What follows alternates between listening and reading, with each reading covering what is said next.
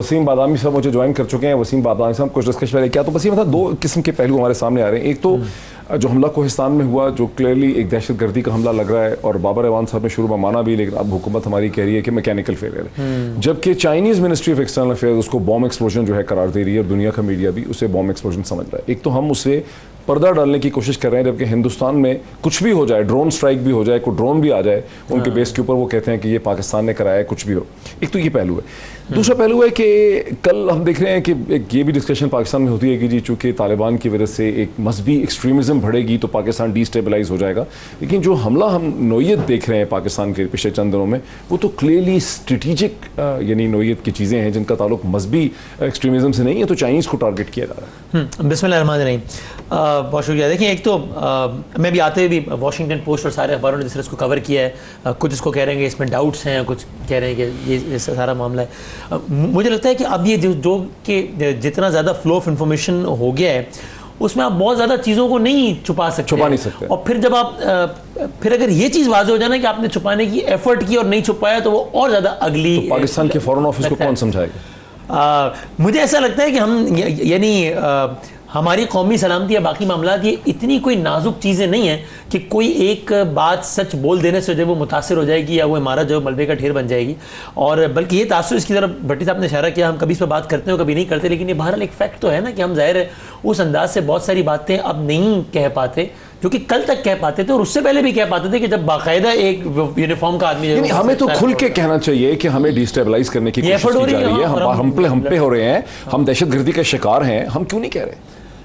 इसलिए कि मेरा ख्याल है कि एज ए सेट कि हमने मुल्क के मफाद सलामती फलां के नाम में हमने इतनी ज़्यादा एक बाउंड्रीज पहले क्रिएट की और फिर उसको इतना ज़्यादा श्रिंक करते जा रहे हैं कि फिर अब कुछ चीज़ें कहे बगैर भी ये समझ ली जाती हैं कि जनाब अब ये आपने लाइन क्रॉस की तो फिर जनाब ये आप ये मसला हो जाएगा, ये पाबंदी हो जाएगी, ये हो जाएगा और फिर अब सब।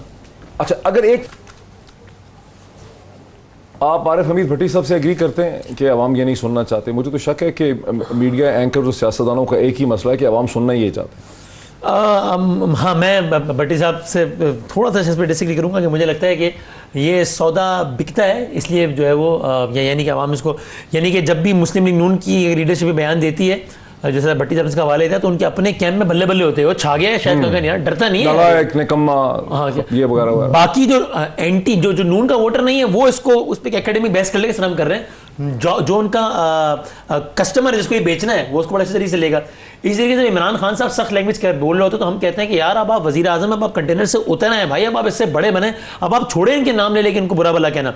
लेकिन जो पीटीआई का जो अपना जो वर्कर होता है वो कहता है यार ये आदमी छा गया यार, ये डरता वरता नहीं किसी से, देखो यार ये आदमी वैसे ही ललकार रहा है सबको। तो ये चीज़ें बिकती है।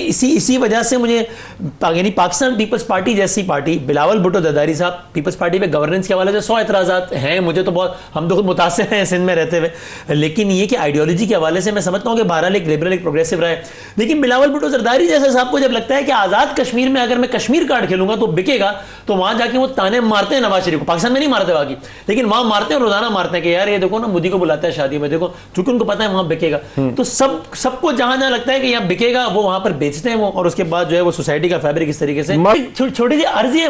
मुझे ऐसा लगता है कि ये तो ठीक है कि जब ज्यादा पढ़ी लिखी बात हो जाती है तो नंबर नहीं आते हैं और जब रौला पड़ जाए तो नंबर्स आ जाते हैं, लेकिन मेरा ख्याल है कि इसका ताल्लुक मुझे ऐसा लगता है हमारे सोसाइटी के रुझान से है, ना कि रेटिंग सिस्टम के फॉल्टी होने से। वो इसलिए कि अगर हमारा रेटिंग सिस्टम फॉल्टी है, अगर मैं गुजारिश करूं, आज आप उठाइए अपना फोन और आप 2 तज्जिए कीजिए। एक तज्जिया आप कीजिए बड़े बड़े पढ़े लिखे अंदाज में जिसमें पाकिस्तान की सियासत का तज्जिया कीजिए, वो डालिए यूट्यूब पे, और आप 10 मिनट बाद दूसरा तज्जिया कीजिए, भट्टी साहब भी आना चाह रहे हैं, उसकी रेटिंग देखिए छतें फाड़ देगी। बड़ी इसका मतलब लोग देख रहे हैं ना,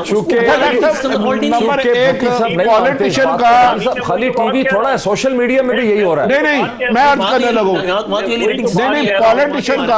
पॉलिटिशियन का रेटिंग के साथ वास्ता ही कोई नहीं है। रेटिंग एक पाकिस्तान का सबसे बड़ा फ्रॉड है जिसको माफिया की पुष्टपनाही हासिल है। रेटिंग से बड़ा फ्रॉड दुनिया में है ही कोई नहीं।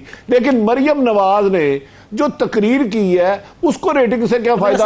सोशल मीडिया पर भी ऐसे मवाद बेचा है, या अली नवाज गंडापुर ने कहा, बादामी ये सवाल उठा रहे हैं कि रेटिंग सिस्टम, मैं मान लेते हैं कि रेटिंग सिस्टम ठीक नहीं है, लेकिन सोशल मीडिया पे भी तेजो तुंद माल ही बिकता है, वहां पर भी तेजो तुंद ही चीज बिकती है। वो आपने कल्चर बना दिया ना डॉक्टर साहब। मैं अर्ज करने लगूं, मैं अर्ज करने लगूं, मैंने सोशल मीडिया पे लोगों को तलावत करने वो सुनते हुए भी देखा और वाहियात गुफ्तगू करते हुए भी सुना। गंद को तो सारे पसंद करते हैं, लेकिन सोशल मीडिया में चेक कोई नहीं होता।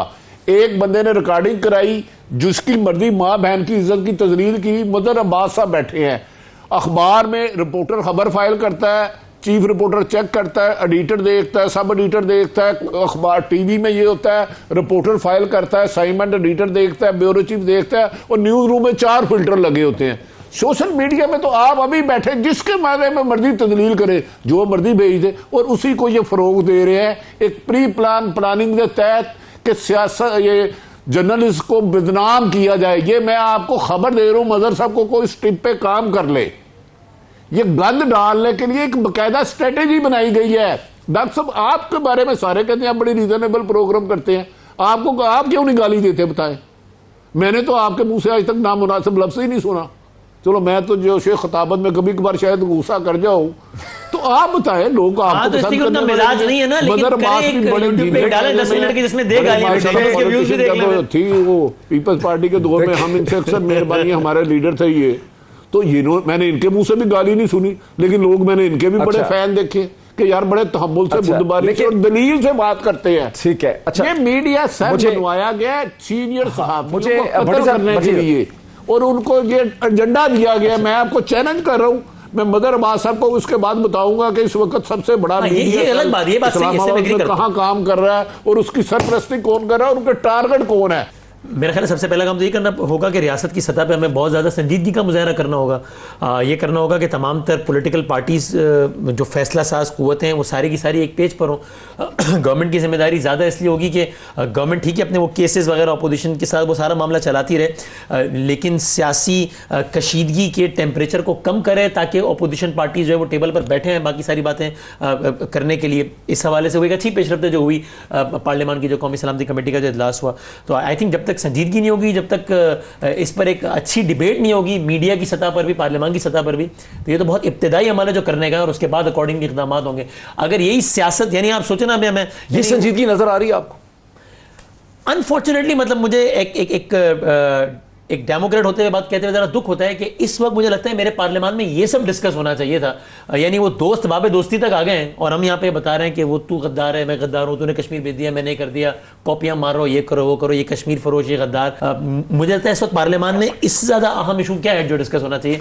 इसलिए वो संजीदगी की सतह कम है, जिसकी वजह से ये बयानिया जन्म लेता है कि देखिए बाकी सब लोग संजीदा हो जाते हैं, उन्होंने तो इजलास भी बुला लिया, जिसकी वजह से फिर लोग ये भी कहते हैं, जो सुनने में तकलीफ होती है कि देखो जब बाकी लोग आते हैं तो ये सारे सीटों के टेबल में बैठ जाते हैं, आपस में नहीं बैठते, इनको डंडा दो तो फिर बैठाते हैं, डंडे के जरिए बैठते हैं, जो कि मुझे सुन के अफसोस होते हैं सारा कमेंट। लेकिन सियासतदान अपने फिर तरीके से, तौर तरीके से इन चीजों को गलत साबित करें ना। फिर आरिफ हमीद भट्टी साहब क्या करना होगा, कैसे, यानी अगर ये चैलेंज है तो हमें फिर करना क्या है?